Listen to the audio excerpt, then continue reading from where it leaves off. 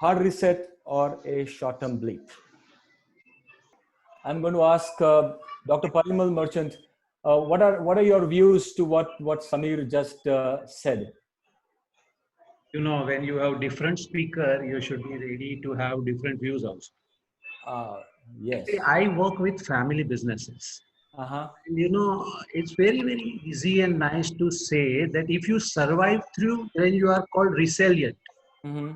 And if you drown, then you say you're mismanaged and you're not seeing the opportunity.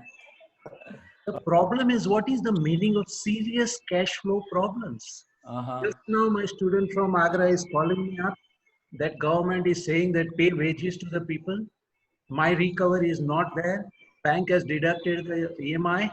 And Mm-hmm. if I oppose, I am told that FIR will be filed. And that if you don't agree to this, we can trap you in something else.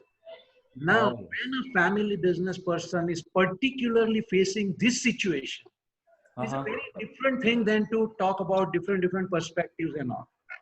Right. As far as opportunities and problems are concerned, it's not only a matter of how you take it. It's also a matter of things being available. Wow. If you say Steve Jobs,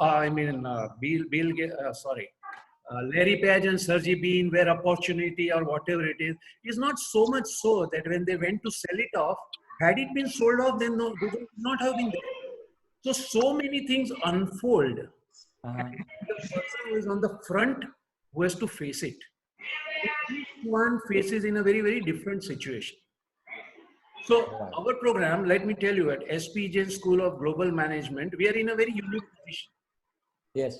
We are the only school which will be facing situation at 4 different campuses today at the same time. All right. We have a campus in Dubai, we have a campus in Singapore, we have a campus in Australia, we have a campus in Mumbai. Uh-huh. And simultaneously, we had to see different development at different cases. At one time, Dubai says close down, but staff can come. At another time, Mumbai says total close down, you cannot come to our own studio. Singapore at the same time continues to run the classes, and it is only a week, 3-4 days ago that they stopped us the classes. Oh. And Australia was almost on a vacation, and now our new batch is about to start there. So Right. it's a different world, different situation taking place. Wonderful. Second thing is our program is a very different because we work with family businesses. They come for 1 week in the college, and 3 weeks they are back into the business. Okay. So there is a lot of relevance with the practical situation that is taking place now. All right. Now, if Zoom has come now, video conference was available for more than 20 years. All right. When 9/11 happened, aviation did right. get into crisis, and people did tell that now travel will come down and people will go through video conference. But even till yesterday, that is till before the corona came out, video conference was not the most preferred way of communication. Right. So it is the kind of constraint within which we are placed, trying to make best out of whatever we have. Trying to make the best out of whatever we have. This lockdown, the section of population which got there first, and it's probably going to be there for a longer time, is the students' community. So, what are your insights, Dr. Parimal, on the same? Over to you. As far as student community is concerned now, certainly they are making the best by making use of the technology from distance learning. There is a certain kind of thing to be kept in mind that if at all education is only about taking information, then yes, it is what having a video conference or a Zoom can take it. But if experience is experiential part was also to be a element of education, then it is very different. You know, in our program, when we say, when you go to Dubai, you sit in the Dubai, then you understand the experientially the perspective of Dubai, that what is Middle East, how it works and what it works. Our students, we go to Singapore. Singapore is the gateway to Far East. What does it mean? You can do only by going there. One thing is to talk about Toyota. Another thing is to be standing on the shop floor of Toyota and experience the dynamics. That's the difference between the food and the menu card.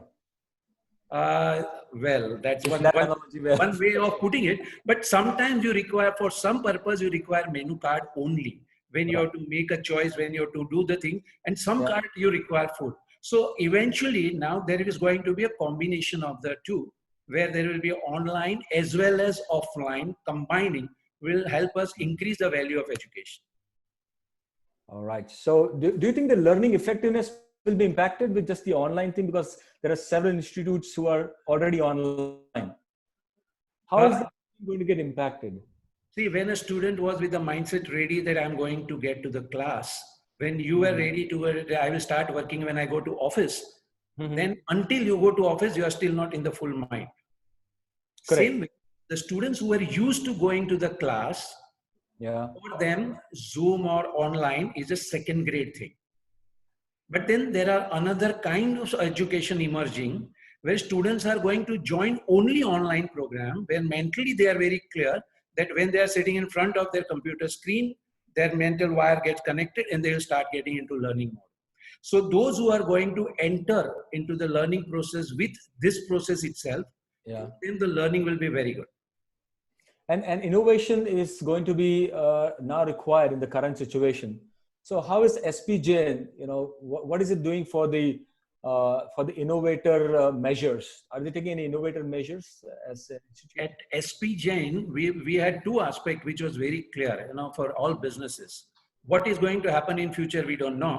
But two mega trends are very clear. One is the global and another is technology. So in SP Jain, both these have been there for last many years. So at our Singapore campus, at Mumbai campus, Australia campus, we have created a studio room in which we connect students from all over the world. So this is what we call ELO, on which we have executive MBA program and many MBA program, which has been going on already 6 months before the year. Wow, very nice, very good, lovely. So, and what about the educational tours moving forward? How do you continue to do that? The tour, as I explained to you before, has a tremendous experiential value, physically being there. So that is going to continue, and that is going to give another perspective to our students. Wonderful. Thank you, sir.